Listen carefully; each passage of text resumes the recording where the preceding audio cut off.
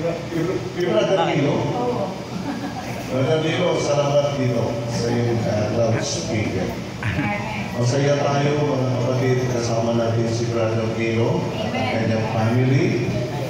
Nakita ko yung larawan ni Sister Annalie. Smile, Sister Annalie, at masaya sa tulong ng ating Panginoon. Ngayong umaga ng araw ng Sabado ito, sana kasama natin si Nanay sa tulong. Si Nanay Nene, nagkasakit naman siya, nag-message sa amin. Hindi siya makakadalo ngayon. And then, mga kapatid, marami pong nag-aabang pa rin sa atin sa pangangaral. Inaantay tayo ni Miss Sally. Kilala niyo si Sally? Tumatalo na rin kasama yung anak niya. So ang gusto ni Sally, tumano tayo sa kanila kung tayo mag-Bible study sa kanilang tahanan. No? So hinihintay tayo. Tayo lang walang panahon. So, pupuntahan natin si Sally sa bahay. Doon ng Panginoon this week. No? Anything this week. Sila may langin na bagong binyagan natin ay hindi nakarating ngayon. Pero sila something sa bahay. Kaya dadalawin natin sila yung mga bagong binyagan. No? Ngayong Sabado, napapasarap. Bluetooth disconnected. Okay? Ngayong Sabado ay graduation ng Brother Ayla at saka ni Brother Uriel na yun? Yunel sa Palawan. So, matapos sila ng kanilang kurso bilang ministerial, sila ay uuwi na rito sa Martes ng gabi. So, makakasama natin sila ng Merkules ng gabi. No? So, ngayong umaga ay pagkaman tayo ay hindi muna tayo tatalakay ng lesson. Tayo ay tatalakay ng mga aralin natin sa umaga. Marahil ay meron kayong mga katanungan at siguro si Brother Nino meron din si share. Kung meron man ay itaas ko lang ang kamay nyo. Tayo ay mag-aaral ng ilang mga punto na makalagang makukunan una. Okay?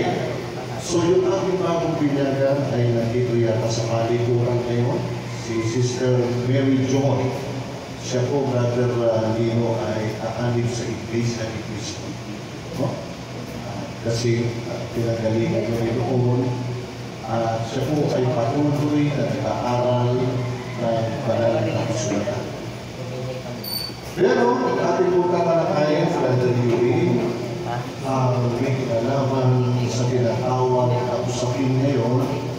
Mga kabataan, pakinggan nyo maigi. Yung mga nakaupunan sa kantang likod ay pakinggan nyo maigi. May kinalaman ito, maaaring sabihin natin, Brother, ito ay kopinamik o pagkatao. Pero still, ito ay usapin pa rin ng maraming samahan ng palataya na hanggang ngayon ay pinagkakaroon ng kaming Brother Yuri. Walang iba kundi ang salvation, ang kaligtasan. No? Ang kaligtasan, mga kapatid, ito'y mahalagang pag-aralan natin. Bakit?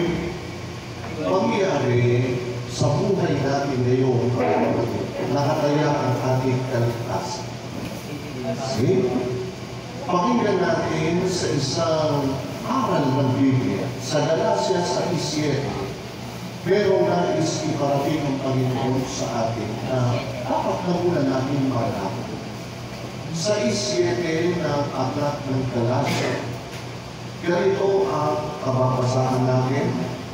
Ate Albi, Sister Albi ay always ready at dala ang Biblia. Sa 7 ng Galatia, pabibasa. Ito po, huwag kayong padaya, ang Diyos ay hindi maaaring lukuhin, sapagkat ang anumang ihasik ng tao ay siya rin niyang aanihin. Sa translation ni Brother Tito, maganda Ang sabi niya, huwag kayong pabaya. Ang Diyos ay hindi nagbibiro, mapagbiro. Napagbibiro. Sapagkat ang lahat na ihahasik ng tao ay siya rin namang aanihin niya. Amen. Napakaganda, no? Ang sabi, ang Diyos ay hindi nakabibiro. Ibig sabihin, ang kaligtasan. Napakahalaga sa harapan ng Diyos, mga kanino, mga kapatid, na ang Diyos ko ay seryoso. Ang ibig sabihin, mga kapatid, yan, maganda ang puyo. Pakinggan mo rin, ang Diyos ay hindi nakabibiro. Ibig sabihin, ang kaligtasan, ang pananampalataya, ay hindi ito biro. Hindi ito pansamantala sapagkat ang sabi sa binasa ni Panginoon at ni Sister Alvi, ang Diyos ay hindi nakabibiro. Ibig sabihin, kung ang Diyos ay seryoso sa salvation natin, kinakailangan tayong nakakilala ng katotohanan ay maging seryoso rin naman saan? Sa katotohanan ibinigay ng Diyos sa atin. Alright. So, pag-aralan natin na gabi, meron kayong gustong i-share, ha? Galbi, kayo po. Sister Mary Jo. Paano ba makakamit ng tao ang ating kaligtasan? Ito, tandaan natin, mga kapatid. Ang kaligtasan natin ay nasa decision natin lahat. Nasa pagpili natin yan. Ang Diyos, binigay ng ang lahat para sa atin. Pero mo binigay ng Diyos sapagkat gayon na lamang ang pag-ibig ng Diyos sa sanlibutan ito na binigay ang kanyang anak. Napakaswerte natin, meron Diyos na nagbigay ng kanyang anak. Dito ba? Sino kayang ama o ina na ihahantong niya yung kanyang anak? Kaya pa kayo na yung anak nyo? Pamigay ng buhay, hindi kayo makaya. Pero ang sabi ng Diyos, for God so loved the world. Inibig ng Diyos ang buong sanlibutan, binigay niya ang buhay ng kanyang anak. Ibig sabihin, mga kapatid, yung tungkulin ng Diyos, binigay na sa atin lahat. Wala na po tayong hahanapin. Wala na. Binigay na lahat ng Diyos eh. Ngayon, sapagkat binigay na ng Diyos ang lahat para sa ikaliligtas natin, ang final choice ay nasa tao. Nasa pagpili ng tao ngayon niya. Pakinggan niyo sa Deuteronomio Kapitulo 30 na ang versikulo ay 15.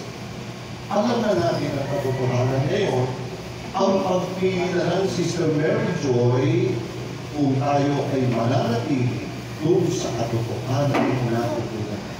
Ang sabi ng Diyos, nung siya'y nangangaral sa bayan ng Israel sa Kapitulo 30 ng Deuteronomio, versikulo 15, ang sabi ganito, Sister Alma.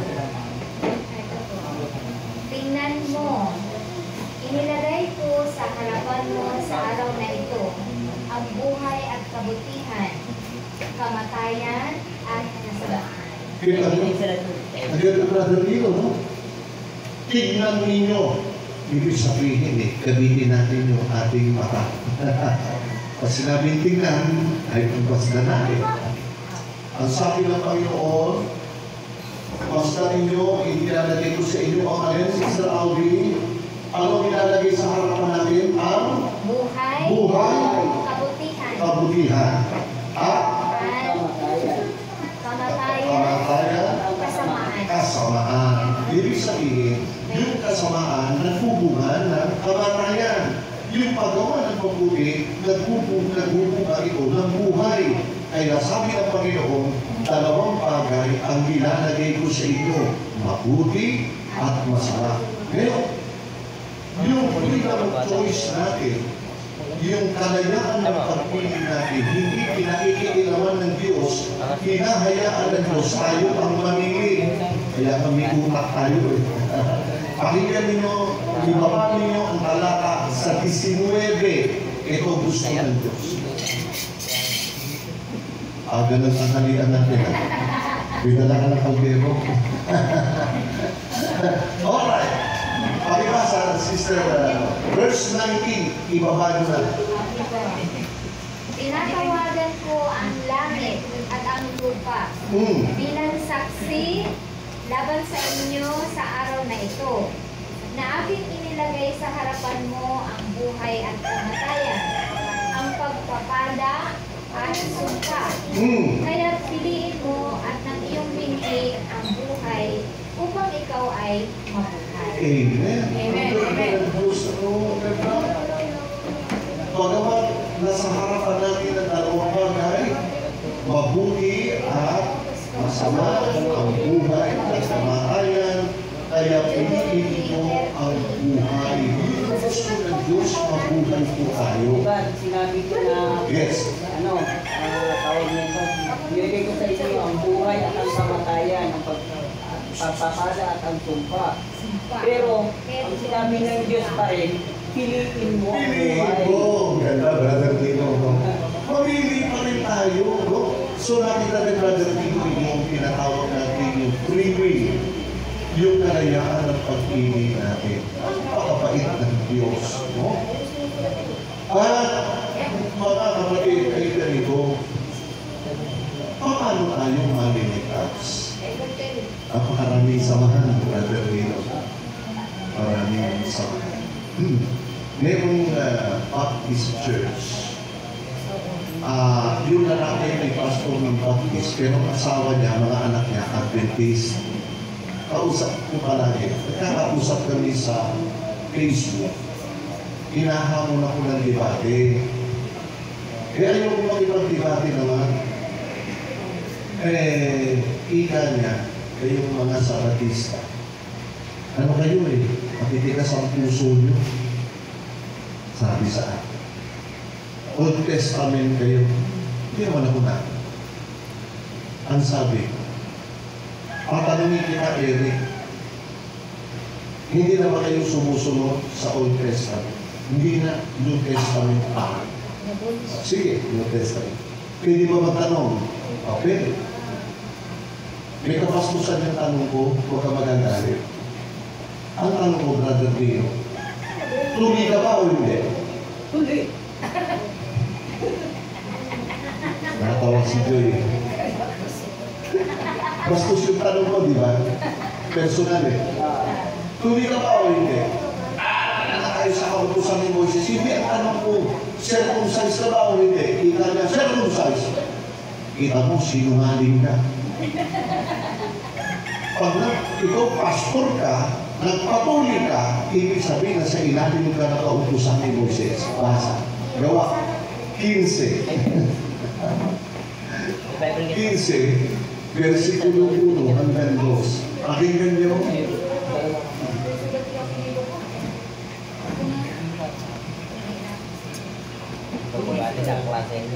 Okay?